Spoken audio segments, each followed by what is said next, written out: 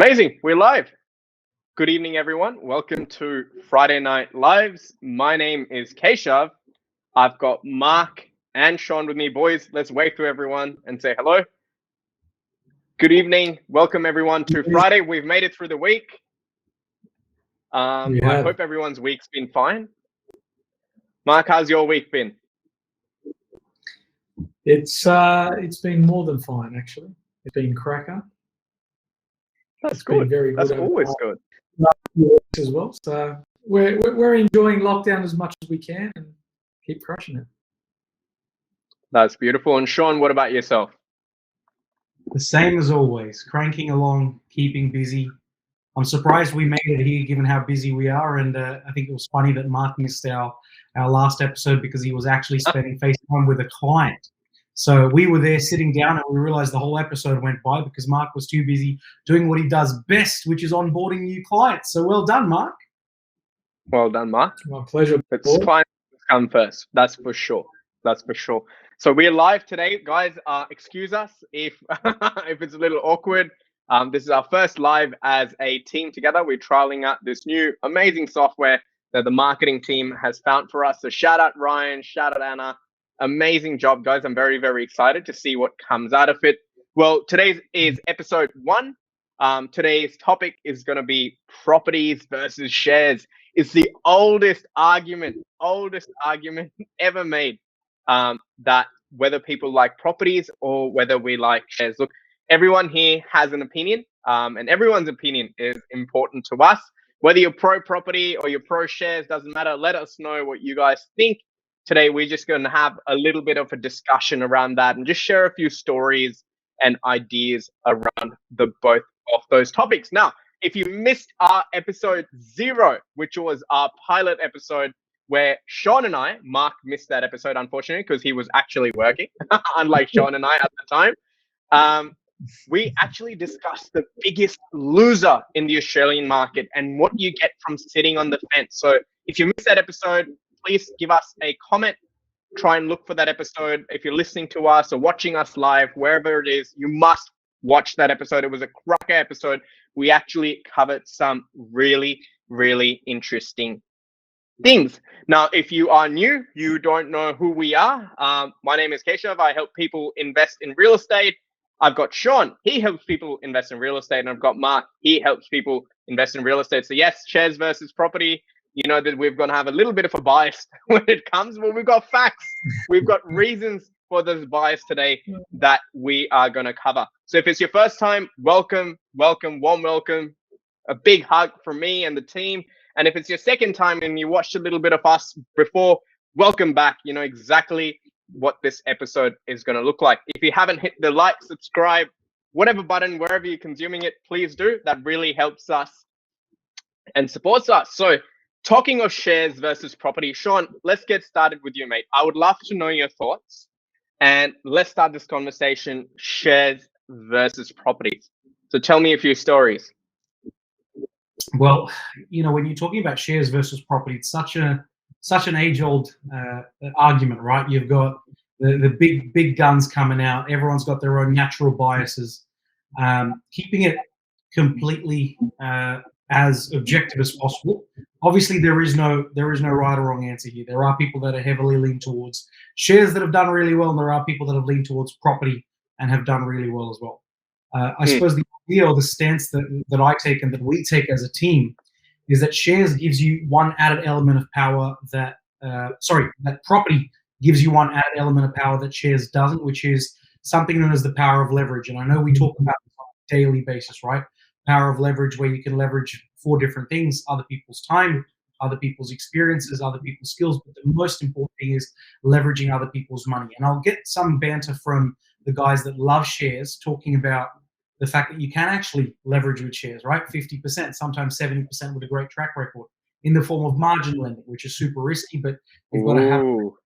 But anyone with a good enough income, anyone with a decent enough track record of savings can get into the property market and extract 90% leverage, which can't be done on shares. So for me, answer long story short is the power of leverage. And there are some fun stories that we'll get into. I think Mark and I have some nice input about sharing a great story we've had in the recent history of 2021. But yeah, I mean, if Mark, you wanted to add something to that, I mean, feel free about. 100%, Mark. What are your thoughts? Let's get this warmed up. Let's get this room warm. Yeah, so we'll get it warm actually. So myself and Sean, or Sean and myself, I should say, went to a little meeting a little while back, which we were invited by someone who does invest into EFTs, if I'm not mistaken, or ETFs, I should say, and in the share market.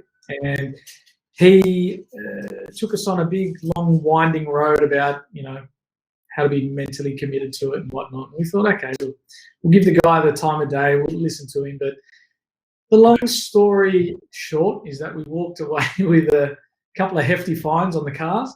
Didn't really learn too much apart from what we knew. And, I mean, look, it's a long-term game, I think, in both respects. I always do say to the clients, every client that comes on board, whether you're a seasoned investor, first-time investor, whether you're making $1 million a year or $100,000 or say $50,000 a year, I always make sure that they understand that we're not here to give you cryptocurrency results. We're not here to give you, Come on. share market. Aren't people wanting to go straight to the moon? Well, I I'm tell going to them, get some I'm hate very from crypto lovers. we're not the ones for you, and they appreciate that as well, because again, whether it's stocks or stock shares or real estate, I think you've got to be in it long term, whichever path you go down. I think one thing we know from, let's say, February, March last year in Australia was shares took a much bigger hit than what property did, and for me, that's enough. I guess I wouldn't say enough evidence, but I'd say it's enough for me to kind of look at it and go, well, if I only had a certain amount of money and I was deciding which way to put it into, I would probably go real estate first, knowing that it takes a bit more for real estate to kind of plunge, if that is the word you want to use, as opposed to shares, where we know that the market can be a lot more volatile. The real estate market is. Fair enough. Just to add to that, and I completely agree with you. Often I hear the argument of, "Hey, shares are so liquid, I can take my money and run, and property is illiquid." But saying that, when COVID happened and when shares are so easy to sell and moving around in property is difficult, that barriers to liquidity is what protected the values of the asset. Look, for me, I completely agree with both of you. The pros and cons. There's no right or wrong, but the way I look at it is very simple. Taking a point from Sean, hey, if I've got money, if I've got say $100,000 and I have the borrowing capacity, I have the serviceability to be able to borrow money, I would go property every single time because of the leverage aspect. And we'll talk about leverage for people who don't understand that through this episode. For me, if you don't have the money, you've got $500 to your name, I still would put it in the stock market or the share market, because the banks ain't paying us anything at the moment, right? Interest rates all-time low. And the banks really aren't making much money to pay us much money. When I look at shares, I understand they're highly liquid, they're easy to diversify. So I can be in biotech and some fintech startup. I can be part owner in a real estate business, whatever it might be. You can get action everywhere you want.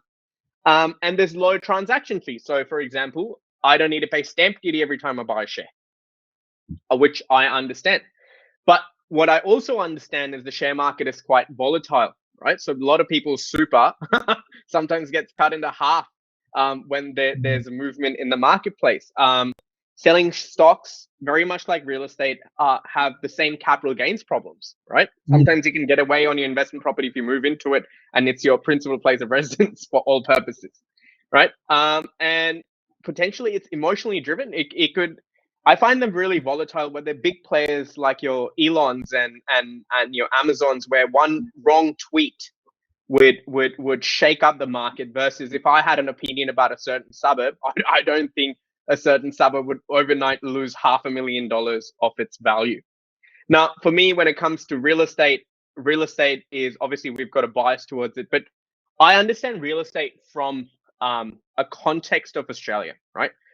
I truly believe when you are in a certain country, you got to understand the flavor of the economy. So when I say flavor of the economy, let's talk about market caps. So if I had to compare residential marketplace versus the Australian supermarket, the pension fund, if you want to call it, the ASX or commercial real estate. So to give you context, guys, as of today, our residential market, from my understanding, is sitting at $8 or $9 trillion, right?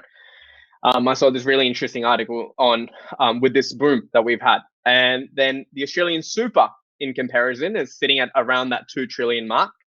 ASX is around that 2 trillion mark, give or take. And commercial is about that 1 to 2. So even if you rounded it all up, 2 for super, 2 for ASX, 2 for commercial, that's 6 versus 9 trillion in the residential market, you know, and that says something.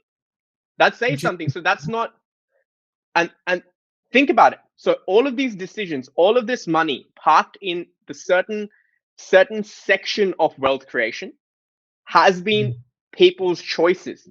Australians choose and feel safe to park their money in residential real estate over the Australian stock market, the super as well. It's mandatory. You got no choice. And the commercial market. So that says a lot about what people choose to do. And your property or your asset is only worth what one is willing to pay for. And somehow, for some reason, Australian residential market keeps coming out on top year after year after year. So if you ask me as an investor, shares versus properties, look, very simply, if I had to give you a really good answer, hey, if you've got the money, you've got a job, you've got a business, you can borrow money, I would go property first.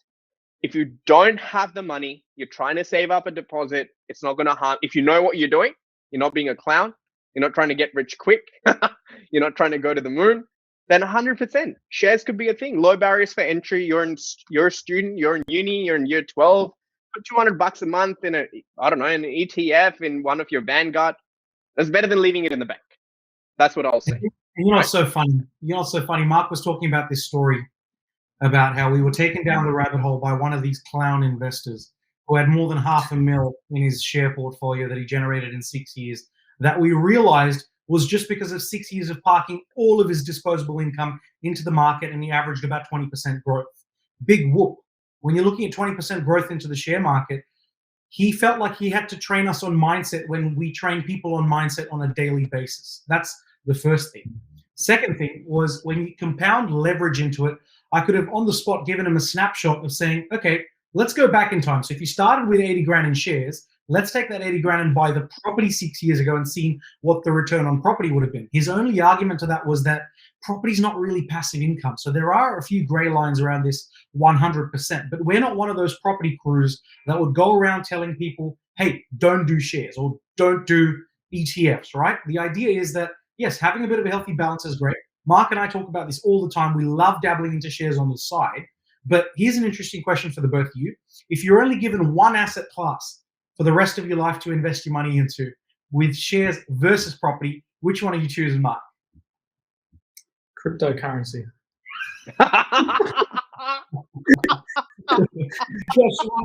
Only, which one would you pick? Look, me personally, I'm Italian, so what I know best is real estate.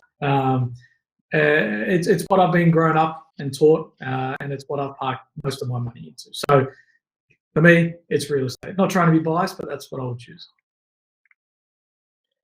With me, Sean, honestly, it would be real estate. And again, this is with no bias. And I'll just quickly share my screen, actually.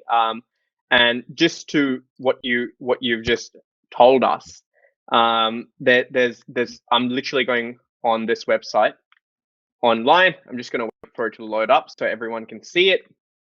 Just give me the just say yes, can see it, Sean or Mark, so I know that you guys can see it. Perfect. So Mark, and Sean, to your question, if I had $100,000 parked and I make no other deposits, and the average performance, let's say, has been 11% of the ASX over 10 years, and basically my initial deposit of $100,000 with no regular deposits, I just park it and leave it there. So it'll be worth about $298,000. So I would have earned about $198,000. But the same $100,000 can be used as a deposit for, say, something which is $750,000, for example, over 10 years with the same growth. You're looking at, that's the question of leverage, right? So if I can put my 100 grand, borrow another 650 from the bank, and if I can get my tenant to pay for it and get tax back, I don't want to overcomplicate this, but simply put, it costs me anything more and I just had to hold the asset. I can see the same $100,000 is today worth 2.24 million, and the about an equity I have in this property is about 1.4 million. And the other thing this brings me to is, in real estate, I can access my profits without having to pay capital gains tax, which is a big win for me. I can be buying this piece of real estate and actually release my equity and park that, use that to buy a car, a boat, go on holidays, buy another investment, whatever it might be, without having to pay a cent in tax. But with my shares, for example, if I made that $150,000 and I wanted to take that back, so in my head, I just go very simply put, I know I'm in Australia. I know the market sentiment around real estate in Australia. And when I look at it as an asset class compared to everything else, if you're in a position where you can get access to leverage, it's a no-brainer. It is the fastest and safest way to accelerate your wealth if you know where you're buying, how you're structuring your loans, and you have a plan in place. It's not rocket science. And look, and I understand it this way, okay? And guys, jump in, correct me if I'm wrong. If you've got a different opinion, 100% open ears. We in Australia are a service-driven economy, okay? So we don't have, the last Ford and Holden factories have disappeared. When I say service-driven economy, we don't have the factories in our GDP. So we've got mining, we've got financial services, tourism, education, a little bit of agriculture, whatever it might be. And predominantly what that means is our economy is made up of knowledge workers. Make sense? And where these knowledge workers are coming from, to give you context, 55% of population growth is due to overseas immigration, okay? So unlike older economies where there's that 7th, 8th generation of a certain, I don't know, of the Indian descent, Italian descent, Chinese descent, whatever it might be, a lot of people today in Australia are 1st or 2nd generation. So what that means is if I landed here, I don't have mum and dad's house to live in. From the day I land, I either buy or rent something, right? So that first property, and this is a basic need, like no one's going to live on a bus stop, guys, right? The other thing is what I really understand about Australia is this section of society, real estate as a market is required for us as a country. Real estate hires the most amount of blue collar workers in other than any industry. We don't have factories. So when Mark or Sean go buy a house, from a civil engineer to a bricklayer were hired. You've just created employment for 50, 60 people directly or indirectly through that. Every time there's a land subdivision, you got the truckies coming in, people are pouring in concrete, apartments, houses, whatever it might be, right? You are creating employment. And what does employment create? Employment creates jobs. Jobs create taxes. Taxes pay for the lifestyle we live, and the lifestyle is what attracts more and more people coming into the country.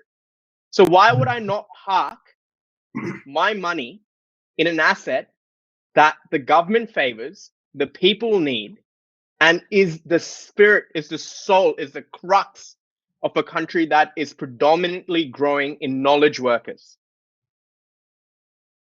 right? Who do not have any other way to sustain themselves. They move, mate, you get on a plane with your wife and kids and you fly to a strange country. The first thing you're looking for is, dude, am I going to have accommodation? Where are my kids going to go to school? And you're only moving if there's job opportunities, and the sort of job opportunities here are service, right? So for me, when I look at all of these factors, it's a no-brainer when I watch the performance of real estate. I don't get surprised when people say, oh, you know, there've been double-digit growths and $500,000 properties in Sydney have doubled or tripled. Like, I think I was watching a Aussie home loan article the other day where they said by 2054, the median house price in Sydney is going to be $6 million. And I really am not surprised. And some of you listening to this might just go, That is just crazy. But it is true. In fact, I actually have for you guys today a very, very interesting picture to share with you that I found. So let me try and see if I can find that on my computer that I can share with you. Well, I'll get the team to share with you afterwards. But it is a very interesting picture. I might get the team to share with you afterwards. So I'm just going to read it out to you. New texture brick homes ready to occupy, built in many districts. Inspect all weekends, okay? And this is an ad from AR Homes in 1970. Their address was 346 Church Street, Parramatta, Arthur Robinson and Sons, okay? They said ready to occupy homes from $7,000 to $15,600 in Blacktown, Fairfield, Kellyville, Toongabbie, St. Mary's, Pendle Hill, Balcombe Hills, Wentworthville. In 1970, if I told my client, and it's only 50 years, okay? If you're 35 years old, 30 years have just passed. So don't say, oh, it's 50 years ago. No. 50 years is nothing. A property went from $15,000. Can you imagine, like, Mark, think about it. If you told a client today, hey, mate, you're buying this property for $15,000, by the time you're 75 years old, if this guy bought it when he was 30 or he was 85 years old, this property is going to be worth $2 million. He would have said you're the biggest liar. He would have kicked me off his farm. He would. But this has happened. And this has happened because of the facts that people love real estate in this country, and they will continue to love it. There will be ebbs and flows, but and that's why I find it safe. Sean, what about yourself? Yeah, the main point of difference here is that for all those things you mentioned earlier, which is the supply of new jobs into the economy every time you get into residential building. So when there's a supply of new jobs into the economy where you're supplying for trades, you're supplying for the concreters, you're supplying for the new property managers, the lawyers, all those guys in the process pay tax in the process. That's the main reason why you're getting the biggest tax benefit back from the government by being a property investor. On top of that, what you're doing is you're saying, if I have enough property, I'll be so wealthy that I don't need the pension in my retirement. So the government's saying, thank 100%. you for that. Lastly, because we do have a housing problem, housing in capital cities is super expensive. You've got a situation where every time you supply a new investment, that's one less home the government has to build. So that's why they're saying thank you again. So the juiciest tax benefits that you're getting lie in that residential wealth building market. So 100% it is the main strength. 100%. Well, Either ScoMo looks at you. Sorry, Mark, you go. No, I was just going to add to that as well. What both of you have said is, I think what we need to weigh up as well in today's market is whether it be stocks, shares, businesses, bonds, other investments outside of real estate, let's say, that yield a return. You would notice most people park their cash into real estate, whether it be an investment or whether it be a development. You'll notice a lot of people end up putting their money, let's call it some form of return, which is being caused by real estate. And I think, even if we look into, let's say, the financier spectrum, so the lenders and whatnot, there's a lot of people that invest money. Let's look at, let's say, a second-tier bank, for example, where you've got mum and dad investors that are parking maybe $100,000 to get a 5% return per annum into a bank, right? And this bank obviously lends money to, let's say, a developer or an investor looking to take on a commercial purchase, whatever it be. The banks are lending these, let's call it mum and dad investors or consumers, money into the real estate market. They're not giving, there's only a handful of banks, or let's say first-tier banks, excuse me, that are lending for stocks and shares, they call them margin loans. And look, again, I'm a rookie in that space, so I'm not going to comment too much, but we can see that even in a peer-to-peer lending spectrum, people are lending for real estate. Right? There's a lot more people that lend in a real estate spectrum as opposed to a startup spectrum, because there's a lot more risk involved in it. The people that lend in, let's say, to startups, for example, are those, what I've found from the past, let's say, people that have done super, super well in business, maybe real estate as well, whatever it is, right? They've they've taken on a large amount of profit, and they've got a little fund which they put into startups in order to burn taxes. Okay, so it goes into a startup. If it yields well and it goes well, fantastic. If it doesn't, well, it's a tax deductible write-off. So I think we've got to look at what mum and dad people, let's say the mum and dad, or the average Australian, what do they park their money in first? Have the clients even in the last 12 months that have made $50,000, $60,000, $70,000 in the share market, but the only reason they're in the share market is because it's giving them a better return than being in the bank. But in time, they're going to extract that cash to put it into a deposit in a property. And again, that's not pushed by us or anything like that. That's what they've come to us saying that they're doing. So I think another thing to add to that as well is, one thing I've recognised, over, let's say, the last 10 years, is that in Australia we're very influenced by, let's say the big wide world of influencing, let's say social media. Okay, social media, a lot of the, I guess, the heavy hitting type of marketing content, whether it be financial advice or whether it be just, I don't know, girls in bikinis or whatever it is, usually comes from the States, the United States of America. So to a degree, some people may crucify me on this or not, but to a degree, we follow what's going on over there, right? And like a domino effect, it all kind of follows on over here. But I think one thing that's a lot stronger than one thing that we have in the market, or the US market, is our real estate economy. Yes, there are pockets in the US that are through the roof. You go to New York and you're spending ridiculous amounts of money on, property that's 10 times smaller than what you'd pay for here in this country. But, I think it's come to light now that the Australian real estate market is, definitely, edging closer and closer and closer to number one spot, and not just for a 5-minute stint, but for a long, long time to come. And that is because the whole country here is real estate focused. And if you look at median values, our median values in Sydney are ridiculous in Australia in general compared to so many parts of the world.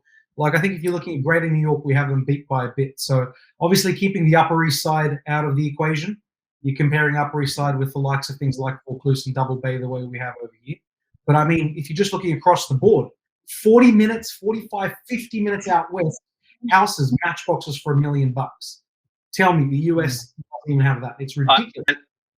Sean, just to add on that, Mark, you had such a valid point. And what we realize, what we don't realize is we're what, 5 million people in Sydney, give or take, 5.5, whatever it is, nearing 6 million people, whatever it might be.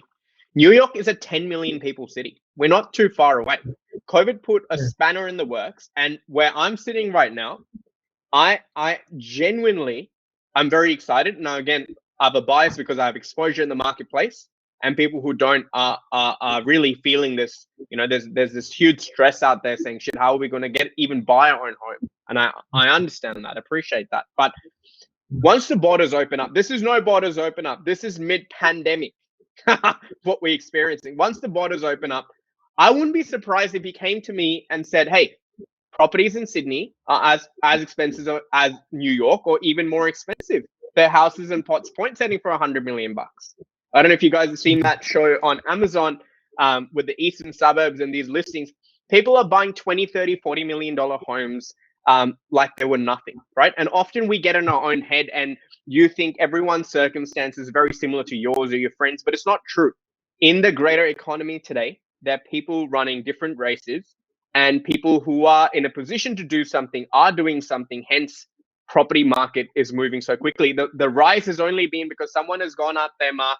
Someone has gone and bought your neighbor's house for $100,000 more than you did consecutively over 3 or 4 months, pushing up median prices 20, 30, 40% across capital cities. Now, speaking of capital cities, I have a really, really interesting graph to share with you guys today, because I came across this this afternoon, and I thought it was quite interesting. So let me know when you guys can see this. It's basically a graph showing us the movement. It's almost like a race from 1970 to 2019 on how the property prices started to go. So Sydney was first, and then followed by Canberra, and then we had Perth Melbourne following fourth, Adelaide and Hobart. And we can see how over a period of time, property prices have changed. And I love the way this was visualized. I absolutely love the way. Like a horse It race. is. Perth just overtook Melbourne's back. Will Melbourne beat Canberra? Guys, Yes, it did. But the joke here is we're watching this in a snapshot, right? We're watching 1970 to 2019. This one is up to, we're watching this on a snap, and today it would be even further away. But you can predominantly, common factor here again has year on year, people have chosen to buy real estate. One, it's a basic need. You got to live in a home. Everyone wants their own home, at least have a roof over their head, right?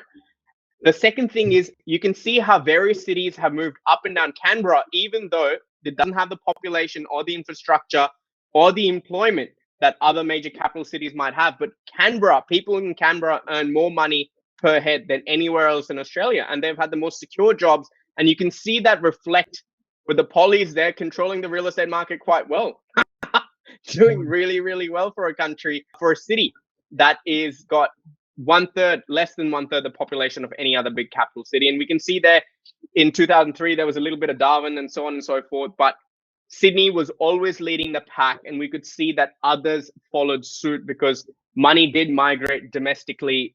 New immigration went into other cities for people because Sydney started to become a barrier. And I see that happening today. Like in the next 5 years, Melbourne, I think, is 30,000 people off Sydney.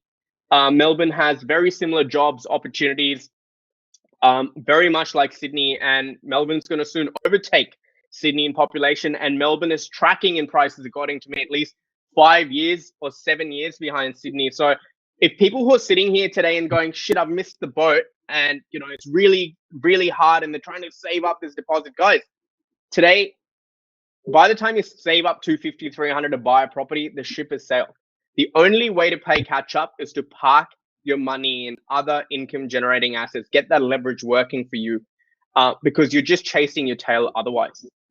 So I just wanted to share this little clip here to give people context of how quickly things go, how quickly things move. And often we are in our own head. And again, we're going to start to see a little bit of media rhetoric again.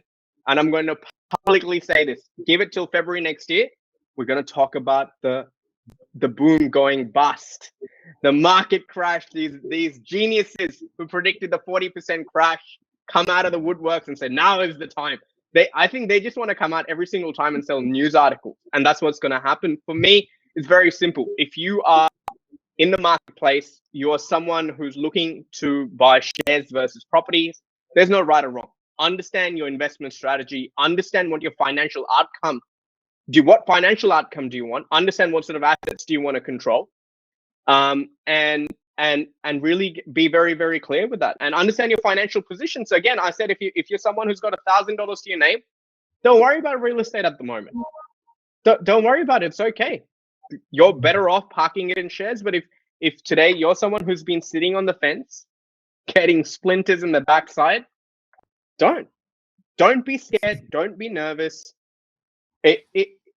If you know what you're doing, the real estate market in Australia can really serve you. It's almost like, I would almost go as far to say, if you bought in a good capital city in the right suburb, it's almost like buying a Powerball ticket that you're guaranteed to win in 20 years. No doubt. Yeah, ladies and gentlemen, if you're worried about having missed out on the last 100 years of investment real estate, don't worry, because the market's going to do what the market's always done, like we spoke about last time. So if you've got that fear of missing out, click on this link below, jump on a virtual coffee, and we can map you in the right direction. Seriously, have 100%. Whether it's even just for a conversation to say, hey, I really believe shares will outperform based on my personal strategy. I really believe that real estate's better, but it's got this one fatal flaw. We would love to have these conversations. What I realize is the power of unlocking certain conversations gives people new perspective. Like we said in the beginning, right? It's not that one's better than the other or one's right and one's wrong. The idea is we know that this is a system of how investment real estate works. Here's a system of shares, ETFs, and managed funds. Here's how they work. What are you capitalizing based on the information that's already readily available out there? The idea is everyone's got the info, right? We've all got the phones. We've all got friends. We've all got barbecue. Uncle Google. We've all got our uncle's Google. So the idea is about how you can capitalize and get ahead, regardless of which strategy you put forth. But that's it. I know there's a lot of people that are still going to be on the fence, but you're calling it nice and early, Kesh. You're calling 100%. it the future boom, the future bust, actually. If that future bust comes in, get in contact now, sign here now, because there will be some deals to be made you do not want to miss out. But jokes aside, guys, there are always deals to be made. You just have to know where to look. Oh, so well said, Sean. There's always some sort of deal making to be made, as long as you understand what part of the market cycle you're in, where your leverage sits as a buyer. And often people think, oh, only in the bottom of the market I have. No, that's not true. You can actually really do some good deal making in line with the market throughout your investing journey. Because again, like Mark said, we're not here to go to the moon. We're not here to speculate. We're here to take informed decisions and make sure that our money is working a little bit harder for us. Because I know a lot of us today, working from home, managing kids, have millions of things to think away, and maybe away from your family and friends. We're doing it hard. So all the hard work you're putting in to make money, let's put that money to work. So eventually that money starts working for you hard enough so you can stop doing what you don't like to do and you can do things that you love to do. On that note, guys, if you like this, what we covered today, give us a big thumbs up. Give us a hell yeah if you want. Please don't shy away from putting in the comments if you want to hear about something, and we'll definitely try and cover that for you. Mark, Sean, I think that's a wrap. We can wrap this up for today. Friday Night Live, episode 1, shares versus properties. It's been an honor, gentlemen, talking alongside you, and we can't wait till we do this in person. Likewise. Let's give everyone a wave. Smile and wave.